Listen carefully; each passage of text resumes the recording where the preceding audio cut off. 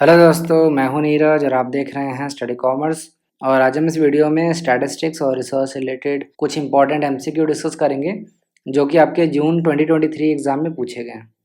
तो अब आइए क्वेश्चन डिस्कस करते हैं। फर्स्ट क्वेश्चन कह रहा है, इन case of presence of outliers in a data set which of the following can better measure the central tendency.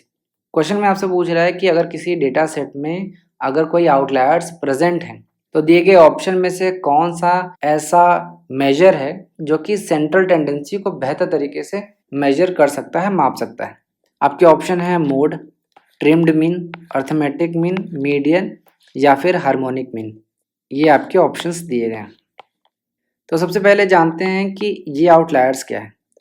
Outliers कुछ भी नहीं, ये आपके सिर्फ और सिर्फ एक्सट्रीम वैल्यूज़ हैं। आपने पढ़ा होगा कि जो अर्थमेटिक मीन है वो एक्सट्रीम वैल्यू से अफेक्टेड होता है, तो वही एक्सट्रीम वैल्यू की बात हो रही है यहाँ पे। अगर हम कोई डेटा सेट ले लेते हैं, फॉर एग्जांपल हमने 5 सब्जेक्ट ले लिया, A B C D E. आपने देखा होगा कि जब भी आप कोई एग्ज़ाम देते हैं तो अगर 4-5 सब्जेक्ट है तो उसमें से किसी एक सब्जेक्ट में या तो आपके मार्क्स बहुत कम आ जाते हैं। फॉर एग्जांपल मैथ जनरली होता है कि बहुत सारे लोगों को मैथ पसंद नहीं है, तो मैथ में उनका मार्क्स बहुत कम आ जाता है। तो ये जो कम नंबर आया है इसी को हम एक्सट्रीम वैल्यूज़ कहते हैं। ये एक्सट्रीम वैल्यूज़ जो हैं वो आपके लोवेस्ट वैल्यूज़ हो सकते हैं या फिर हाईएस्ट वैल्यूज़ भी हो सकते हैं, डिपेंडिंग कि डेटा सेट आपका कैसा है। फॉर एग्जांपल यहाँ पे मैं बता देता हूँ, 70 मैंने पाया है ए में, 92 सेकेंड में, और ये अलग अलग सब्जेक्ट में मैंने मार्क्स रखा है। तो यहाँ पे आप देख रहे हो कि जो सब्जेक्ट डी है यहाँ पे हमारा मार्क्स बहुत कम है, तो यही आपका आउटलायर है। समझ में आया आउटलायर? तो अब कह रहा है कि इनमें से कौन सा जो मेजर है वो बेहतर तरीके से सेंट्रल टेंडेंसी को मेजर करेगा। तो देखिए, अर्थमेटिक मीन तो नहीं होना चाहिए, क्योंकि अर्थमेटिक मीन हम करेंगे तो जो एवरेज आएगा वो सही नहीं आएगा। तो जिस भी ऑप्शन में सी है इसको आप एलिमिनेट कर सकते हैं। अब देखिए, यहाँ पे ट्रिम्ड मीन का इस्तेमाल किया जाता है। जब भी डेटा सेट में आउटलायर प्रेजेंट होते हैं तो वहाँ पे हम ट्रिम्ड मीन का इस्तेमाल करते हैं। ट्रिम्ड मीन का इस्तेमाल क्यों करते हैं? क्योंकि ये जो आउटलायर्स हैं इनके इम्पैक्ट को कम करने का काम करता है। जो ट्रिम्ड मीन का क्या मतलब? ट्रिम कर देना। जैसे अगर ये जो सब्जेक्ट डी है इसके वैल्यू को हम हटा दें और बाकी जो सब्जेक्ट का जो मार्क्स है उसका एवरेज निकाल दें, तो हम देखेंगे कि जो हमारा मीन आएगा वो एक्यूरेट होगा लगभग। तो इसे हम ट्रिम्ड मीन कहते हैं। इसके अलावा मीडियन भी होता है। मीडियन जो है वो आउटलायर से अफेक्ट नहीं होता है। लिख लेना कहीं पे, median is not affected by extreme values. आपने पढ़ा भी होगा कई बार। तो मीडियन जो है वो आउटलायर या एक्सट्रीम वैल्यू से अफेक्टेड नहीं होता, क्योंकि वो मिडिल वैल्यू होती है। तो जब भी किसी डेटा सेट में आउटलायर्स प्रेजेंट होंगे तो सेंट्रल टेंडेंसी को मेजर करने के लिए हम ट्रिम्ड मीन या मीडियन का इस्तेमाल करते हैं। मोड या फिर हार्मोनिक मीन का इस्तेमाल नहीं करते। यानी बी और डी आपका करेक्ट आंसर हो जाएगा। तो फर्स्ट का करेक्ट आंसर हो जाएगा डी। अब आइए नेक्स्ट क्वेश्चन देखते हैं। अ box plot is a graphical summary measures of data that displays. Box plot जो है वो आपका एक ग्राफिकल समरी होता है जो कि डेटा को मेजर करता है। आपको बताना है कि जो बॉक्स प्लॉट होता है वो क्या डिस्प्ले करता है, उसमें क्या चीज़ें दिखती हैं आपको। आपके ऑप्शन है मीन, क्वार्टाइल 1, मीडियन या क्वार्टाइल 3 या फिर मोड। ये आपके ऑप्शंस हैं। तो एक बार बॉक्स प्लॉट को देख लेते हैं। लेफ्ट हैंड साइड में आपको हिस्टोग्राम दिया गया है और राइट हैंड साइड में आपको बॉक्स प्लॉट दिया गया है। ध्यान रखना कि हिस्टोग्राम और बॉक्स प्लॉट दोनों अलग अलग हैं। अगर आपको कोई ये कहता है कि हिस्टोग्राम और बॉक्स प्लॉट सेम है तो वो गलत है। हिस्टोग्राम में आपको फ्रिक्वेंसी दी गई होती है डेटा की। जैसे आपने क्रिकेट में स्कोर देखा होगा कि हर ओवर में कितना रन बन रहा है। लगातार आपने देखा होगा किसी ओवर में 6 रन बन रहा है, किसी में 15 रन, किसी में 24 रन, किसी में 1 रन। तो वो हिस्टोग्राम से दिखाया जाता है। हिस्टोग्राम जो डेटा सेट की जो फ्रिक्वेंसी होती है उसको दिखाते हैं। फॉर एग्जांपल क्रिकेट स्कोर पर ओवर जो आप देखते हो। जबकि बॉक्स प्लॉट जो होता है वो आपके जो डेटा सेट होता है उसके डिस्ट्रीब्यूशन का समरी दिखाता है। उसमें आपके सेंट्रल टेंडेंसी, वेरिएबिलिटी, स्क्यूनेस, ये सारे डेटा दिखाए जाते हैं। और किसका इस्तेमाल किया जाता है? क्वार्टाइल्स का इस्तेमाल किया जाता है, आउटलायर्स का इस्तेमाल किया जाता है। बॉक्स प्लॉट जो है उसको विस्कर्स भी कहा जाता है। बॉक्स प्लॉट में आपको मीडियन देखने को मिलता है, जैसे यहाँ पे आप देख रहे हैं, और इसके अलावा आपको इंटर क्वार्टाइल रेंज भी देखने को मिलते हैं। इंटर क्वार्टाइल रेंज का मतलब क्या है? Q1 and Q3। यहाँ पे आप देखिए Q3 और Q1 भी देखने को आपको मिल रहा है। यही क्वेश्चन में आपसे पूछा था। एक चीज और ध्यान रखना कि बॉक्स प्लॉट को आमतौर पे प्रयोग किया जाता है दो या दो से अधिक ग्रुप्स को कंपेयर करने के लिए। फॉर एग्जाम्पल यहाँ पे एक और बॉक्स प्लॉट अगर हम बना दें और अगर हम मेन और वेमेन की सैलरी को कंपेयर करें तो वहाँ पे बॉक्स प्लॉट का इस्तेमाल किया जाएगा, न कि हिस्टोग्राम का। ठीक है, और इसको समझना भी इम्पोर्टेंट है। ये सारी चीज़ें बताती क्या है? देखो, जो बॉक्स प्लॉट का जो ये पोर्शन होता है ये शो करता है 50% ऑफ द डेटा। 50% डेटा इसी के बीच में होता है, और इसमें जो स्ट्रेट लाइन होती है, ये देखिए, ये वर्टिकल स्ट्रेट लाइन है ना, ये हमेशा मीडियन को दिखाएगा। ME या M से डिनोट करते हैं हम मीडियन को। यहाँ पे देखिए मीडियन लिखा हुआ है। ये जो स्ट्रेट लाइन है ना, ये देखिए, ये जो स्ट्रेट लाइन है ये मीडियन को हमेशा दिखाएगा। और यहाँ से यहाँ तक का जो डेटा होता है वो 25% डेटा को शो करता है, और यहाँ से यहाँ तक का जो होता है वो 25% डेटा को शो करता है। ये जो है ये आपका लोएस्ट वैल्यू के बारे में बताता है, और ये जो है ये आपका हाईएस्ट वैल्यू के बारे में बताता है। और इस पॉइंट के आगे अगर कोई पॉइंट है तो यही आपका आउटलायर है। ठीक, फिलहाल आपको इतनी सारी चीज़ें नहीं समझनी है, सिर्फ आपको इतना समझना है कि हिस्टोग्राम और बॉक्स प्लॉट जो है वो अलग अलग होते हैं। बॉक्स प्लॉट में आपका क्वार्टाइल और मीडियन यही दो चीज़ शो करता है। तो वापस से क्वेश्चन में आते हैं। क्वेश्चन में आपसे पूछ रहा था कि बॉक्स प्लॉट में क्या चीज़ें हमको दिखती हैं। तो हमको इंटर क्वार्टाइल रेंज दिखता है, Q1 Q3 और मीडियन। तो BCD जिस भी ऑप्शन में होगा वो आपका करेक्ट आंसर हो जाएगा। तो सेकंड का करेक्ट आंसर हो जाएगा C। अब आइए नेक्स्ट क्वेश्चन देखते हैं। Population has a mean of 200 and standard deviation of 50. Suppose a simple random sample of size 100 is selected, then the probability that the sample mean will be plus minus 5 of the population mean is. Question में आपको sample range दे रखा है +-5, और आपसे कह रहा है कि आप प्रोबेबिलिटी फाइंड आउट करो। ये आपके सामने ऑप्शंस दिए गए। तो जो इन्फॉर्मेशन हमें प्रोवाइड की गई है वो हम लिख लेते हैं। यहाँ पे बताया गया कि पॉपुलेशन का जो मीन है जिसे हम म्यू से डिनोट करते हैं वो है 200। अगर सैंपल का मीन होगा तो उसे हम x बार से डिनोट करेंगे। ठीक है, स्टैंडर्ड डेविएशन दिया गया है 50। अगर पॉपुलेशन का स्टैंडर्ड डेविएशन है तो उसको इस सिंबल से या फिर SD से डिनोट करेंगे, स्टैंडर्ड डेविएशन। और अगर सैंपल का जो स्टैंडर्ड डेविएशन है वो कैलकुलेट करना है तो स्मॉल s से डिनोट करेंगे। फिर यहाँ पे बोल रहा है कि रैंडम सैंपल जो दिया गया है जिसको हम स्मॉल n से डिनोट करते हैं वो है 100। ठीक है, रेंज दे रखा है +-5।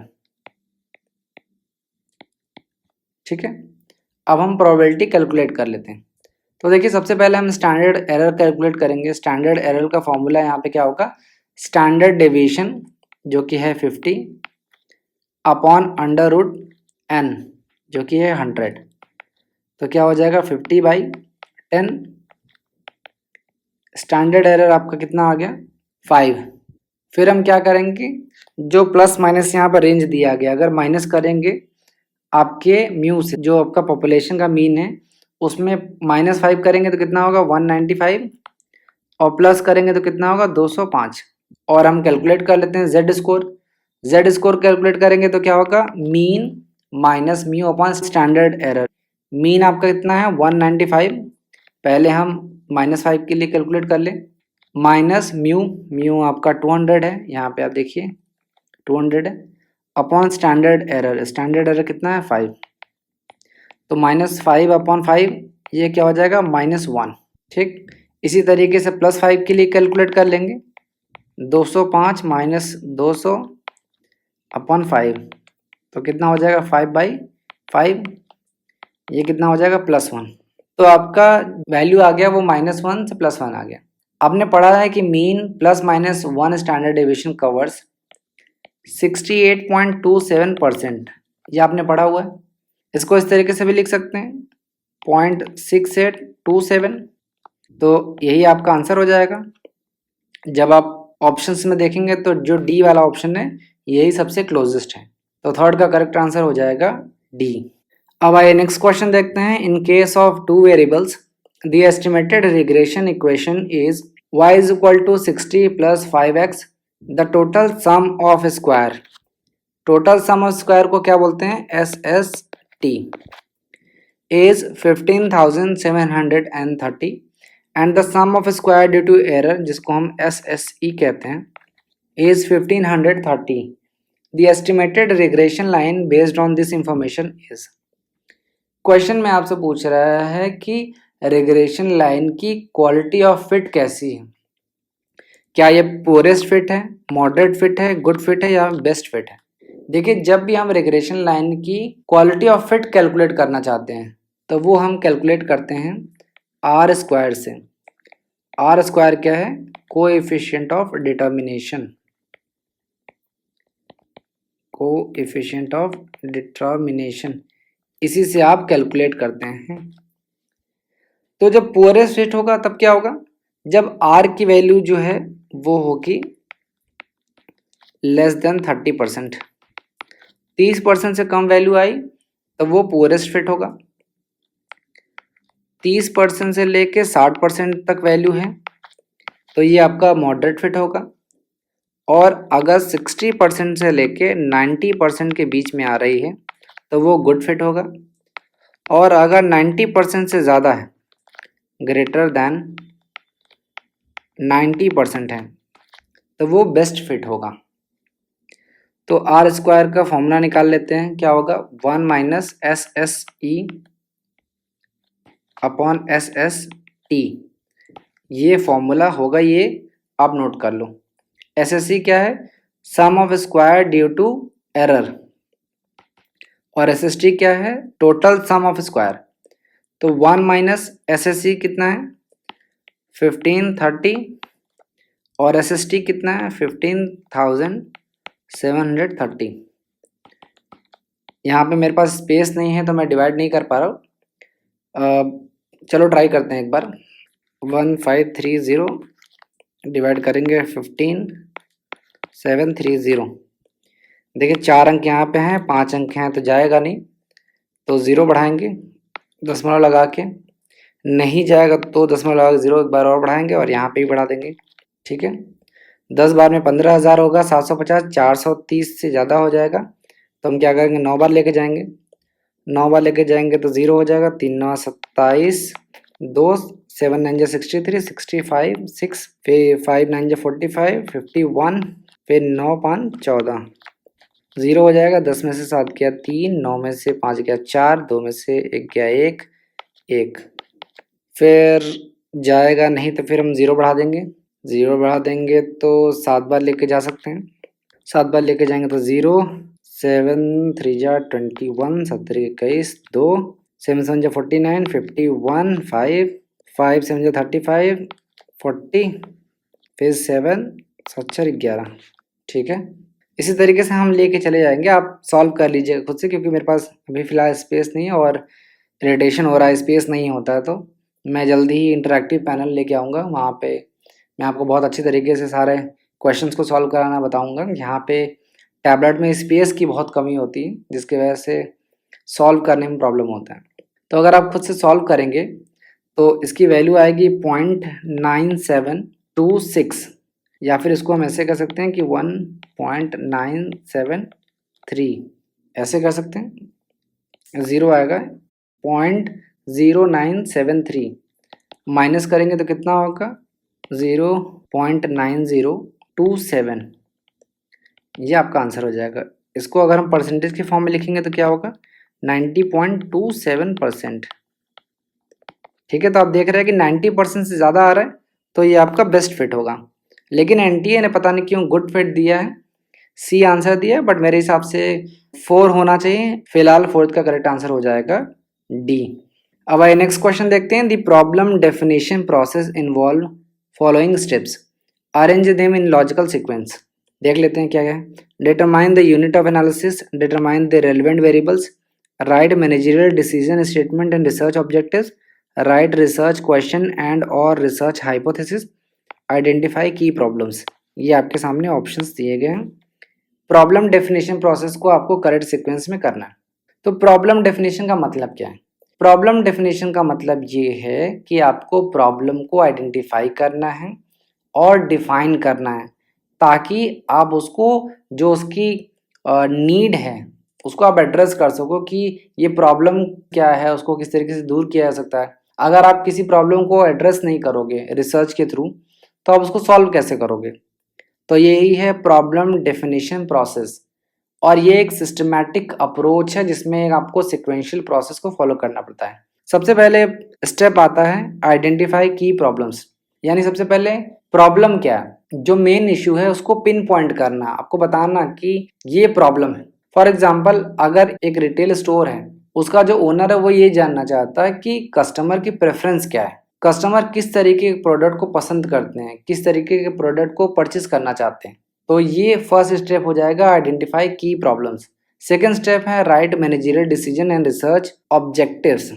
आपके रिसर्च का ऑब्जेक्टिव क्या है, किस तरीके से आप डिसीजन लेना चाहते हो, क्या डिसीजन लेना चाहते हो, आपका रिसर्च करने का ऑब्जेक्टिव क्या है। तो ये सेकेंड स्टेप हो जाएगा। थर्ड स्टेप है determine the unit of analysis. Unit of analysis का मतलब है किसकी स्टडी करनी है। फॉर एग्जाम्पल, आप इंडिविजुअल को स्टडी कर सकते हो, ग्रुप को कर सकते हो, किसी ऑर्गेनाइजेशन को कर सकते हो। मान लेते हैं कि इस केस में हम किसी जो मल्टीपल इंडिविजुअल्स हैं उनको स्टडी करना चाहते हैं, जैसे हमारे केस में कस्टमर्स हैं। तो यूनिट ऑफ एनालिसिस का मतलब है कि हमें किसकी स्टडी करनी है, ये हमें आइडेंटिफाई करना होगा। फोर्थ स्टेप आता है डिटरमाइन द रेलेवेंट वेरिएबल्स। हमें जो स्टडी करना है उसमें वेरिएबल्स होंगे, तो हमें उस वेरिएबल्स को आइडेंटिफाई करना है ताकि हम उसको मेजर कर सकें। जैसे हमारे केस में कस्टमर है, तो कस्टमर से रिलेटेड जो वेरिएबल्स होंगे, जैसे कस्टमर की एज क्या है, उनकी इनकम क्या है, परचेज हिस्ट्री क्या है, प्रेफरेंस किस तरीके का है, ये हमारे वेरिएबल्स हो जाएंगे। और आखिरी में आता है राइट रिसर्च क्वेश्चंस एंड और रिसर्च हाइपोथेसिस। आखिरी में हम क्या करते हैं, कोई स्पेसिफिक क्वेश्चन डेवलप करते हैं या फिर हाइपोथेसिस डेवलप करते हैं जो हमारा रिसर्च जो है उसका आंसर देगा रिसर्च करने का। रिसर्च क्वेश्चन किस तरीके के हो सकते हैं, what type of product are customers most interested in, कि किस तरीके के प्रोडक्ट के बारे में जो कस्टमर हैं वो सबसे ज़्यादा इंटरेस्टेड है। या फिर इस तरीके से हम क्वेश्चन पूछ सकते हैं कि क्या जो ऑर्गेनिक प्रोडक्ट हैं उसकी डिमांड है मार्केट में। तो आखिरी में हम रिसर्च क्वेश्चंस या हाइपोथेसिस बना लेंगे। तो फर्स्ट जो है वो फिफ्थ होगा, तो डी आपका करेक्ट आंसर हो जाएगा। अब आइए नेक्स्ट क्वेश्चन देखते हैं। To remove order bias in questionnaire usually researcher use which of the following. Question में पूछ रहा है कि जो क्वेश्चनर बनाते समय जो ऑर्डर बायस होता है उसको रिमूव करने के लिए रिसर्चर कौन से जो ऑप्शंस हैं उनको यूज़ करेगा। आपके ऑप्शन है pivot questions, multiple grid questions, funnel technique, filter question, leading questions. ये आपके सामने ऑप्शंस दिए गए हैं। तो सबसे पहले जानिए कि क्वेश्चनर क्या है। क्वेश्चनर क्या होता है, हमें डेटा कलेक्ट करना होता है रिसर्च में। तो डेटा कलेक्ट करने के लिए हम क्या करते हैं, रिस्पोंडेंट से इंफॉर्मेशन कलेक्ट करते हैं। तो जब हम रिस्पोंडेंट से इंफॉर्मेशन कलेक्ट करने के लिए सीरीज ऑफ क्वेश्चंस बनाते हैं तो उसे ही हम क्वेश्चनर कहते हैं। और यहाँ पे ध्यान रखना कि क्वेश्चनर और शेड्यूल में डिफरेंस होता है। क्वेश्चनर जो होता है वो जनरली रिस्पोंडेंट भरता है, और शेड्यूल जो होता है वो रिसर्चर या इंटरव्यूअर जो है वो खुद से भरता है। तो क्वेश्चन में पूछ रहा है कि क्वेश्चनर बनाते समय जो ऑर्डर बायस है उसको कैसे रिसर्चर रोकता है। ऑर्डर बायस का क्या मतलब है कि एक करेक्ट सीक्वेंस को फॉलो नहीं करना इज योर ऑर्डर बायस। अगर आपने एक करेक्ट सीक्वेंस को फॉलो नहीं किया क्वेश्चन फ्रेम करते समय तो उसे ही हम ऑर्डर बायस कहते हैं। फॉर एग्जाम्पल, एक जो रिसर्चर है वो किसी रिस्पोंडेंट से पूछता है कि मैकबुक एयर जो लैपटॉप है वो कैसा है, उसके फीचर कौन कौन से हैं। तो यहाँ पे उसने ऑर्डर बायस किया है। उसने पहले ये नहीं पूछा कि जो रिस्पोंडेंट हैं उसके पास लैपटॉप है या नहीं, उसके बाद उसके पास मैकबुक एयर है या नहीं। बिना ये जाने कि रिस्पोंडेंट के पास मैकबुक एयर है या नहीं, उसने डायरेक्टली ये क्वेश्चन पूछ दिया, डायरेक्टली जंप कर गया कि मैकबुक एयर लैपटॉप कैसा है। तो ये ऑर्डर बायस होगा। और इसका रिजल्ट क्या होता है कि जो रिस्पोंडेंट के आंसर होते हैं ना वो इन्फ्लुएंस्ड हो जाते हैं। ठीक है, वो कैसे होते हैं वो आप डिटेल में पढ़ सकते हैं, बट इन्फ्लुएंस्ड हो जाते हैं। तो ऑर्डर बायस को रिमूव करने के लिए कौन कौन से यहाँ पे टेक्निक है वो मैं आपको बता देता हूँ। सारे ऑप्शंस को पहले मैं एक बार एक्सप्लेन कर देता हूँ। पहला है पाइवट क्वेश्चंस। पाइवट क्वेश्चन का क्या मतलब है कि क्वेश्चन के पोजीशन को चेंज कर देना, यानी कि अगर दो क्वेश्चन पूछे गए हैं तो क्वेश्चन सेकंड को फर्स्ट पे और फर्स्ट को सेकंड कर देना, तो ये तो हो जाएगा। अगर आपने क्वेश्चंस को फ्रेमिंग सही नहीं किया, ऑर्डर मतलब क्या, सीक्वेंस, रैंकिंग सही नहीं की है, तो क्वेश्चंस को ऊपर नीचे कर सकते हैं। नेक्स्ट है multiple grid question. Multiple grid question का क्या मतलब है, प्रोवाइडिंग मल्टीपल ऑप्शंस, तो ये ऑर्डर बायस को रिमूव करने में हेल्प नहीं करता है। नेक्स्ट है फनल टेक्निक। फनल कैसा होता है, आपने आइसक्रीम खाया होगा, तो यहाँ पे क्या है, जनरल क्वेश्चन पहले पूछा जाता है और फिर रिसर्चर जो है वो स्पेसिफिक क्वेश्चन पूछता है। तो फनल टेक्निक में क्या होता है, जो रिसर्चर है वो पहले जनरल क्वेश्चन पूछता है फिर स्पेसिफिक क्वेश्चन पे जाता है। जैसे क्या आपके पास लैपटॉप है, ये एक जनरल क्वेश्चन। उसके बाद स्पेसिफिक क्वेश्चन पे जाया जा सकता है कि मैकबुक एयर लैपटॉप कैसा है, तो फनल टेक्निक भी होगा। फिल्टर क्वेश्चन क्या है, फिल्टर क्वेश्चंस ऐसे क्वेश्चंस होते हैं जिससे रिसर्चर डिसाइड करता है कि किससे डेटा लेना है। फॉर एग्जाम्पल, अगर रिसर्चर क्वेश्चन पूछता है कि आपके पास मैकबुक एयर है और जो आपका रिस्पोंडेंट है वो जवाब देता है कि मेरे पास मैकबुक एयर नहीं है, तो ऐसे क्वेश्चंस को हम फिल्टर क्वेश्चन कहते हैं, क्योंकि ये जो आपके रिस्पोंडेंट है उसको फिल्टर आउट कर देता है कि किससे डेटा लेना है या नहीं, क्योंकि हमारा जो क्वेश्चन है वो मैकबुक एयर से रिलेटेड है। तो अगर कोई ऐसा रिस्पोंडेंट है जिसके पास मैकबुक एयर ही नहीं है तो उसके डेटा से हमें कोई फायदा नहीं होने वाला। तो ऐसे में हम जो रिस्पोंडेंट है उससे ये बोलेंगे कि आप डेटा सबमिट कर दो, आपके डेटा का जो मेरे लिए यूज है वो यहाँ पे कुछ भी नहीं। तो फिल्टर क्वेश्चन भी ऑर्डर बायस को रिमूव करता है। आखिरी है लीडिंग क्वेश्चन। लीडिंग क्वेश्चन ऐसे क्वेश्चन होते हैं जो रिस्पोंडेंट को इन्फ्लुएंस करते हैं, जैसे मैंने आपको कुछ देर पहले बताया, तो ये भी नहीं होगा। तो करेक्ट आंसर क्या हो जाएगा, ये हो जाएगा आपका ए डी सी। तो 6 का करेक्ट आंसर हो जाएगा डी।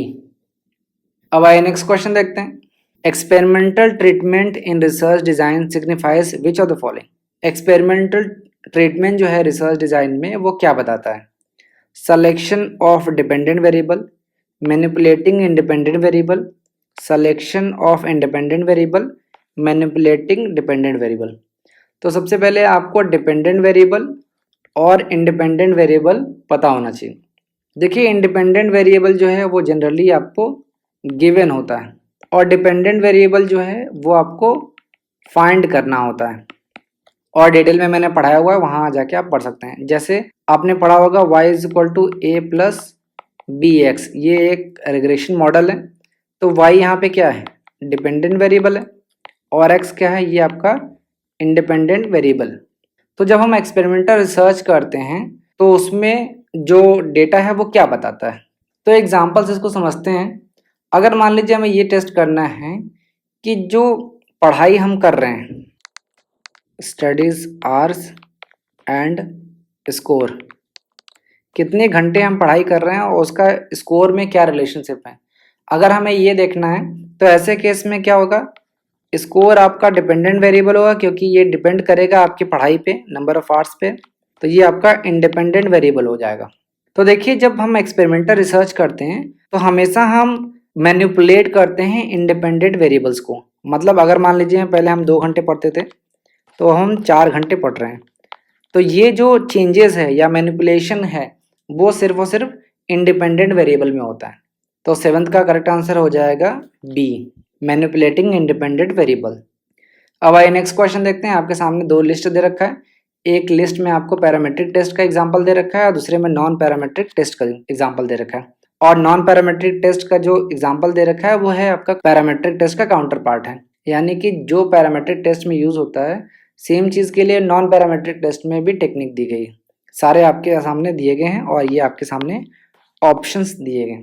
तो मुझे ये पता है कि जो क्रुस्कल वॉलिस टेस्ट है ये काउंटर पार्ट है वन वे अनुवा का, ठीक है। तो क्रुस्कल वॉलिस को हम वन वे अनुवा से मैच कर लेंगे, तो सी का फर्स्ट हो जाएगा और इससे आपका आंसर मिल जाएगा। अब आइए नेक्स्ट क्वेश्चन देखते हैं। A point estimator is set to be consistent when. आपको बताना है कि एक पॉइंट एस्टिमेटर जो है वो कंसिस्टेंट कब कहा जाएगा।